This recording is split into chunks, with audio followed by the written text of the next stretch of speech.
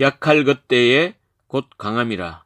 고린도후서 12장 1절에서 10절. 내가 나를 위하여는 약한 것들 외에 자랑치 아니하리라.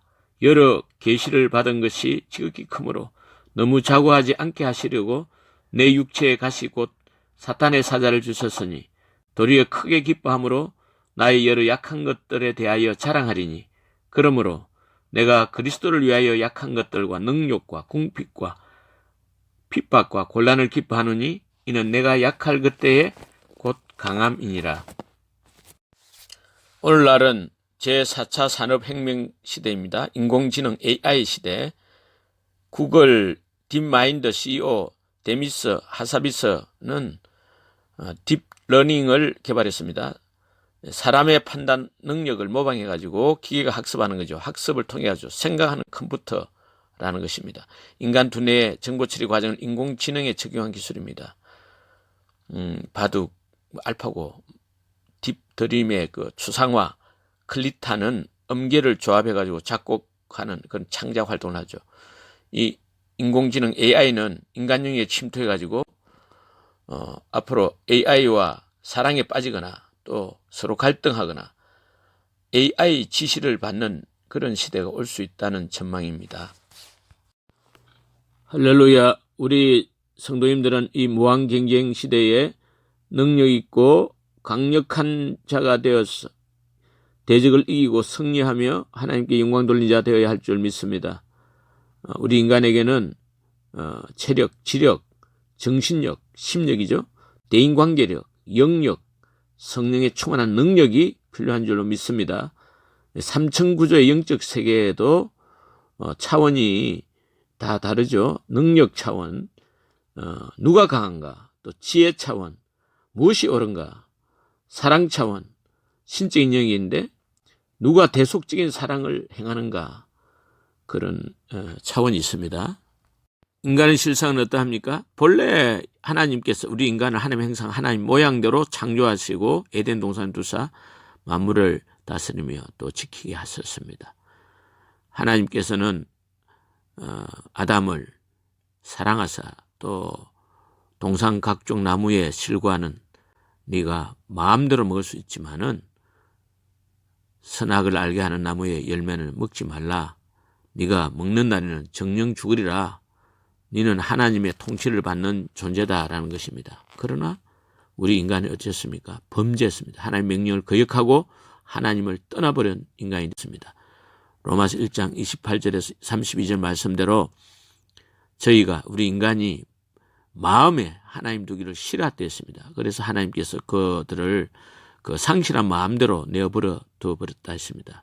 그래서 창조 목적에 합당치 못한 일을 하게 됐습니다. 모든 불의를 행하고 추악과 탐욕과 악에 가득하고 사기, 시기, 분쟁, 악독, 수군수군하고 비방하고 하나님을 미워하시는 자가 되고 능욕하는 자, 교만한 자, 자랑하는 자, 악을 도모하는 자, 부모를 거역하는 자, 우매한 자, 배역한 자, 무정한 자, 무자비한 자가 되어버렸습니다. 인간의 실상인 것입니다.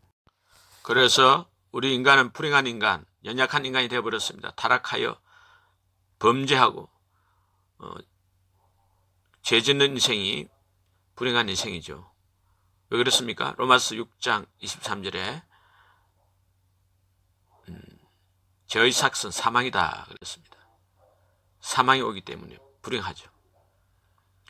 인간은 양과 같고 질그릇같이 연약한 존재인 것입니다. 하나님의 능력이 필요한 사람이죠. 왜 그렇습니까? 아무리 위대한 인간이라도 스스로의 힘으로는 도무지 사망을 이길 수도 없지 않습니까? 마귀를 이길 수 없습니다. 죄를 이길 수 있습니까? 없습니다. 영원히 살 수도 없고 부활할 능력도 없기 때문입니다. 하나님은 사랑의 하나님이십니다. 하나님은 연약한 자를 들어 쓰십니다. 하나님께서는 세상에 미련한 자, 약한 자, 멸시받는 자, 천한 자, 없는 자를 들어 쓰십니다. 물론 문벌 좋고 지혜 있는 자도 들어 쓰십니다. 그러나 이렇게 약한 자를 들어 쓰시는 것은 아무 육체라도 하나님 앞에 자랑하지 못하게 하려 하심이라고 하셨습니다. 하나님은 연약한 자를 들어 쓰십니다. 어떻게 하면 우리가 하나님 능력을 체험할 수 있습니까? 먼저 처음은 자신의 연약함을 인정하고 자기 자신의 연약함을 용납해야 될 줄 믿습니다. 9절에 보면 이러므로 도리어 크게 기뻐하면 나의 여러 약한 것들에 대하여 자랑하리니 그러므로 내가 그리스도를 위하여 약한 것들과 능력과 궁핍과 핍박과 곤란을 기뻐하노니 약한 것을 기뻐한댔습니다. 그 이유는 무엇입니까? 연약함은 하나님을 의존하게 합니다.